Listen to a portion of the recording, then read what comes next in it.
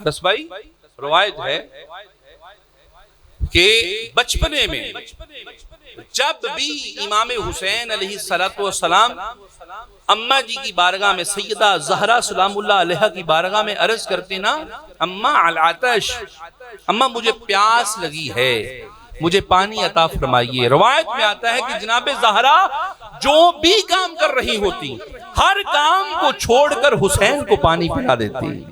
وجہ کیا تھی؟